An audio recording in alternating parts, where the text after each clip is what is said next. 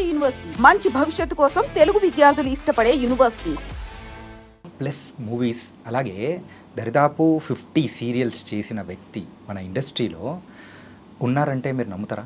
మెయిన్గా ఉన్నారు. అందులో కూడా ఇన్నాళ్ళ నుంచి కూడా చూడ్డానికి అద్భుతమైన నటన అండ్ అందంగా ఇలా అన్ని క్వాలిటీస్ ఉన్నా కానీ ఒక పర్టికులర్ టైంలో ఒక కమర్షియల్ బ్రేక్ అనేది రాకపోతే ఎలా ఉంటుంది? కానీ అయినా కానీ ఆయన చేసుకుంటూ వెళ్తున్న విధానం కానీ ఆయన పాత్రలు కానీ చాలా డిఫరెంట్గా ఉంటాయి. ఆయన ఎవరో కాదు, రాజేంద్ర కుమార్ గారు. ఇప్పుడు మనతో పాటు కూడా రాజేంద్ర కుమార్ గారు ఉన్నారు. మరి ఆయనతో కూడా మాట్లాడదాం. Hi sir. నమస్తే సార్. నమస్తే అండి సార్. అందరికీ నమస్కారం అండి. ఐ డ్రీమ్ ప్రేక్షకులకి వెల్కమ్.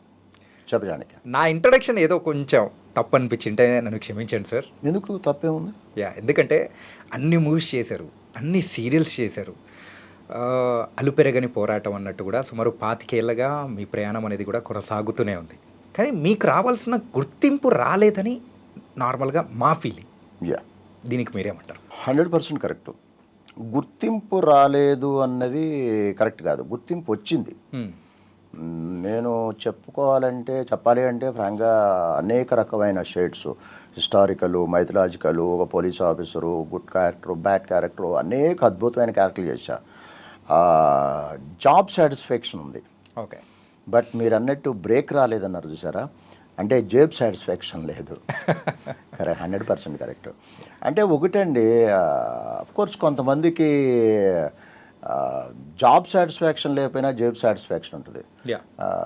మరి నాకు ఎందుకో రాలేదు. అది నాలో లోపం ఉంది అని, అంటే ఓవర్ కాన్ఫిడెన్స్గా చెప్పట్లేదు, బట్ కాన్ఫిడెంట్గా అని చెప్తున్నా. నాలో లోపం అయితే లేదు. నాకు ఇచ్చిన క్యారెక్టర్ని నేను ఫుల్ఫిల్ చేశాను అని నేను అనుకుంటున్నాను. బట్ దేనికైనా కొంచెం ఉండాలంటారు కదా, అంటే అది లేదేమో అనుకుంటున్నా. లక్ అనేది ఈ ఇండస్ట్రీలో అంత ఇంపార్టెంట్ అంటారా? అంటే ఒకటే అండి, నమ్మేవాళ్ళు నమ్ముతారు, నమ్మనోళ్ళు నమ్మరు.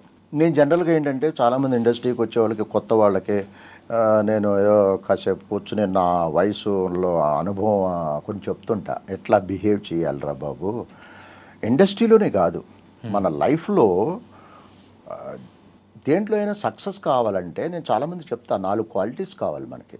ఓకే. అంటే ఒక బిల్డింగ్ నిలబెట్టడానికి 4 పిల్లర్స్ ఎలా ఉన్నాయో, మన కెరీర్ నిలబెట్టడానికి 4 క్వాలిటీస్ కావాలి అని నేను అంటుంటాను. చాలామంది చెప్తుంటాను.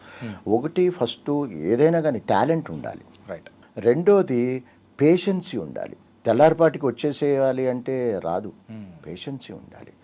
మూడోది బిహేవియర్ ఉండాలి.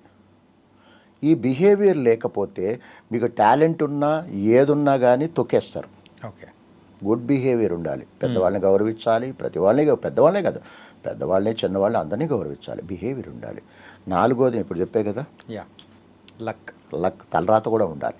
ఈ 4 సమపాళల్లో ఉన్నప్పుడే నాకు తెలిసి ఏ ఫీల్డ్లో అయినా ఒక సక్సెస్ రేట్లో ఉంటారని నా అభిప్రాయం. Okay sir.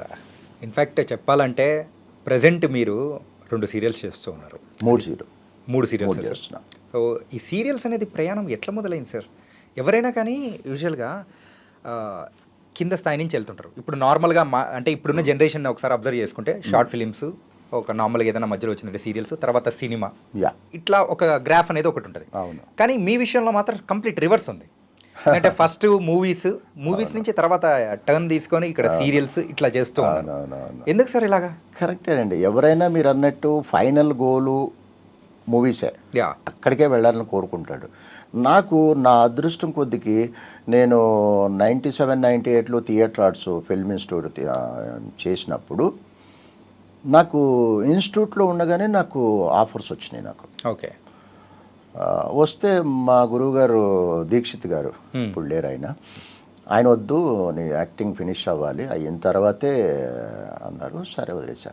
సరే యాక్టింగ్ ఫిల్మ్ ఇన్స్టిట్యూట్ నుంచి అయిపోగానే నాకు ఫటాఫట మూవీస్ పడిపోయినాయి. నాకు వరుసనే మూవీస్ వచ్చేసినాయి. స్టార్టింగ్స్ కెరీర్లోనే ఒక అద్భుతమైన క్యారెక్టర్లు చేశా. ఒక ఆది మూవీ, గోదావరి, సింహాద్రి, ఎవడైతే నాకేంటి, అవునన్నా కాదన్నా, ఇవన్నీ పెద్ద మెగా హిట్ మూవీస్. మంచి క్యారెక్టర్స్ కూడా పడిపోయినాయి. అలా దాదాపుగా ఒక 100 మూవీస్ దాకా చేసుంటా. అలాగే భోజ్పురిలో కూడా నేను చాలా అద్భుతమైన క్యారెక్టర్లు చేశాను. కంప్లీట్ విలన్ క్యారెక్టర్లు, చాలా మంచి క్యారెక్టర్లు చేశాను, పెద్ద క్యారెక్టర్. ఓకే. అయితే ఆ ప్రయాణం అలా సాగుతూ సాగుతూ సాగుతూ ఉన్న టైంలో చెప్పే కదా ఇది కూడా ఉండాలి, ఒకరినెందుకు దూషించాలి అన్నట్టు ఈ పర్రాష్ట్ర నటుల తాకిడి కొంచెం ఎక్కువైంది అని నేను అనుకుంటున్నాను, నా అభిప్రాయం. ఓకే. అంటే మన వాళ్ళని ఎంకరేజ్మెంట్, మనవాడు మన ఇంటి పక్కోడు వాడిని ఎంకరేజ్ చేద్దాము అనే ఇండస్ట్రీలో లేదేమో అని నేను అనుకుంటా. బట్ ఇది చూస్తే కొంతమందికి ఏమైనా కోపం రావచ్చు, బట్ నా అభిప్రాయం చెప్తున్నాను. ఏదేమైనా కానీ తర్వాత కొన్ని క్యారెక్టర్లు ఒకే రకమైన క్యారెక్టర్లు, ఒకటే మెట్టు మీద ఉండే క్యారెక్టర్లు వస్తున్నాయి, కానీ 4 మెట్లు ఎక్కిచ్చే క్యారెక్టర్లు రావట్లేదు. ఓకే. సరే అట్లాగే ప్రయాణం చేస్తున్నాను. సరే నా టైం బాగాలేదు, ఒకళ్ళు ఎందుకు దూషించాలనే ఉద్దేశంతో చేస్తూ వచ్చాను. అనుకోకుండా ఒక 5 ఇయర్స్ బ్యాక్ ఒక టీవీ సీరియల్ ట్రాక్ పడింది, ఒక సీరియల్ పడింది.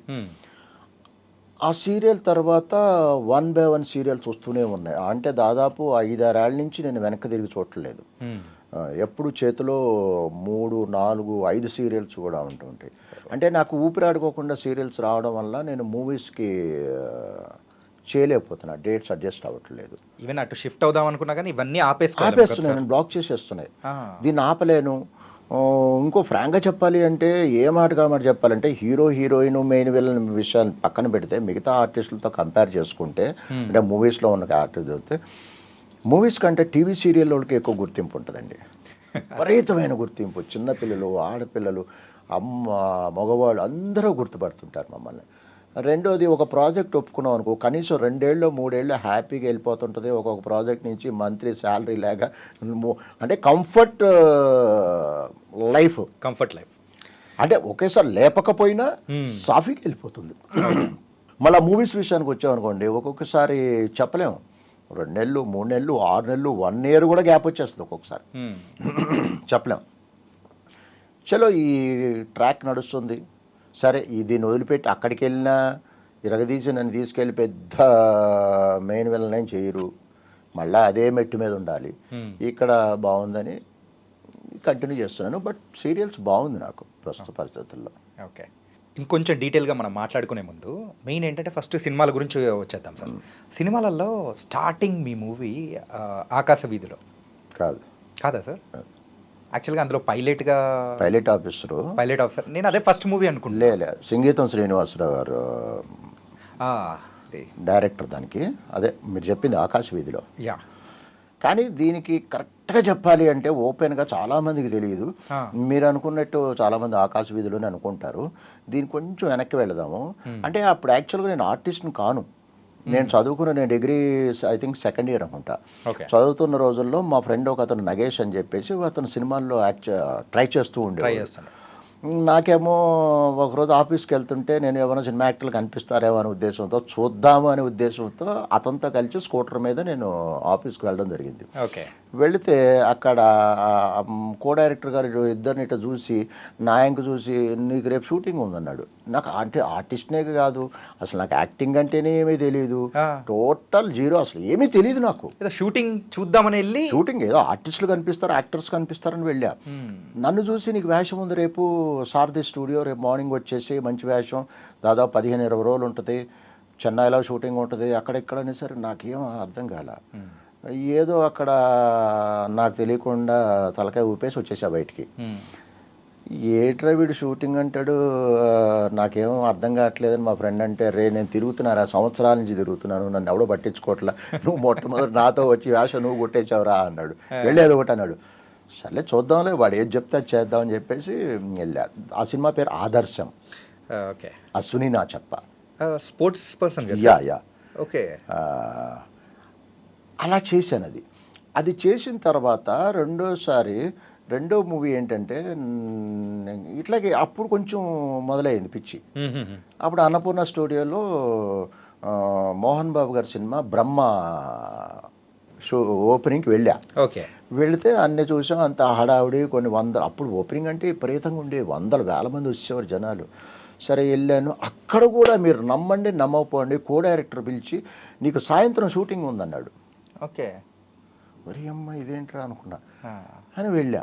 సాయంత్రం అన్నపూర్ణ స్టూడియోలో ఒక బార్లో ఒక character Mohan Babu గారితోనే direct combination dialogue, Mohan Babu గారి కాంబినేషన్ డైలాగు. మోహన్ రాజు అనుకుంటా ఆయన పేరు, హైట్ ఉంటాడు, విలన్ క్యారెక్టర్ దాంట్లో. ఆయన మోహన్ బాబు గారు నేను ఆయన కాంబినేషన్లో బ్రహ్మ అని ఒక సీన్ చేశాను. ఓకే. అలా